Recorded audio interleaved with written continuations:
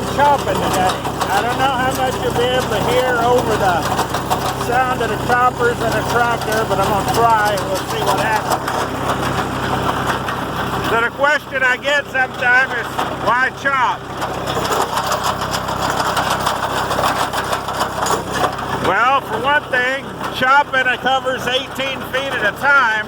That's 3 6-foot choppers minus a foot or two overlap, so I'm still getting about 15, 16 foot of swath easy.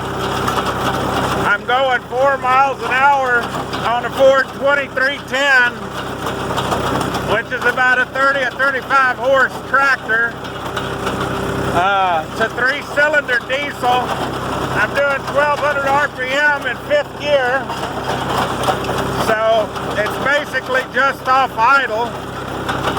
So I can chop like this all day, chop the whole farm for less than maybe 10 to 15 gallons of diesel at the most. I've only been working out here about an hour or so, and I'm running the whole length of the farm. The other thing is, there's only 6 moving parts.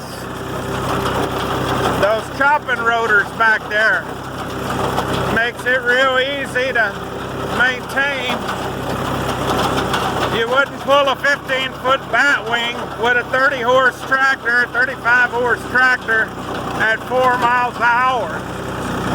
The other thing is, you can see it kind of opens up the ground a little bit.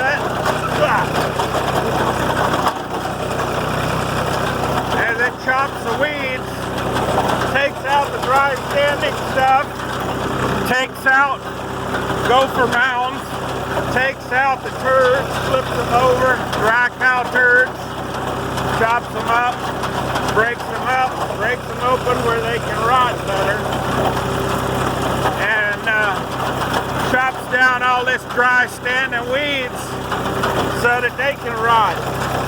They look a little fluffy now. One good rain, they'll wash flat to the ground and rot in no time. So I don't know if this is making any sense or if you can even hear me. I've got to watch the video and see if I can hear myself think, because it is kind of loud. But then I am on an open station tractor. It does a good job. It knocks down the ant hills and stuff too, breaks them open. So, little varmint burrs helps kind of cave them in a little bit. But anyway, it does a good job for what we're doing. Might not, you know, yeah, if I pulled a batwing or something. For one thing, I got about maybe $1,000 total tied up in these choppers. You can't even buy a junk batwing for $1,000. If you did, you'd spend about $3 grand rebuilding it to where it's somewhat operational and would hold up for more than 15 to 20 minutes at a time without a breakdown. This, as long as they stay hitched, they're working. The other thing is, I'd have to run a 70 horse tractor at maybe 5 miles an hour, and it might pulverize this stuff a little bit better. But is it really worth burning 2 or 3 times as much diesel? And that tractor, I'd have to be running at 1900 RPM on the engine at PTO speed, where this one's just barely off idle.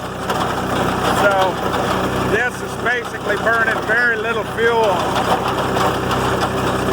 So, you know, to each his own, but this works, does a good job, especially when you're just taking out the dry standing stuff here. So, anyway, talk to y'all later.